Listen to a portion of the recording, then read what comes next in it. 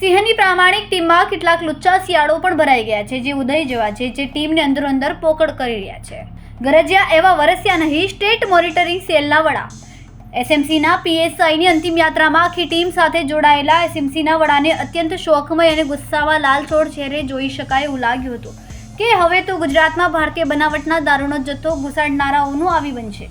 અંતિમ યાત્રાની બીજા જ દિવસે એક વાત વહેતી થઈ કે પૂરનું સંકટ વધે અને ડેમના તમામ દરવાજા બંધ કરી દેવાય, તેમ ગુજરાતની હદમાં દારૂ ઘુસાડવાના તમામ પ્રવેશ દ્વારો સદંતર બંધ કરી દેવાના હુકમો આવ્યા છે.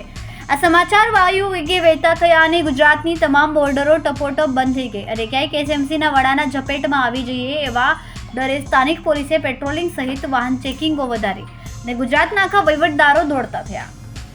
ઉદયની જેમ જમીનમાં સાપને જવા માટે રસ્તો બનાવે તેમ એસએમસીની ટીમ કેટલીક ઉદયોએ વહીવટદાર રૂપી સાપો માટે રસ્તા બનાવવાનું શરૂ કરી દીધું, જેના પરિણામ રૂપે ગુજરાતની બોર્ડરો તો સદંતર બનશે, પણ તે માત્ર દેખાવ પૂરતી જ. ગાંધીનગરની ટીમ કોઈ એક જિલ્લા કે શહેર તરફ દોરડા પાડવા નીકળે છે અને ટીમને ધારેલા નિશાન પર પહોંચે તે પહેલાં જ એસએમસીની ટીમ આવે છે અને ત્યાં તેવા સમાચાર પહેલેથી જ પહોંચી જાય છે.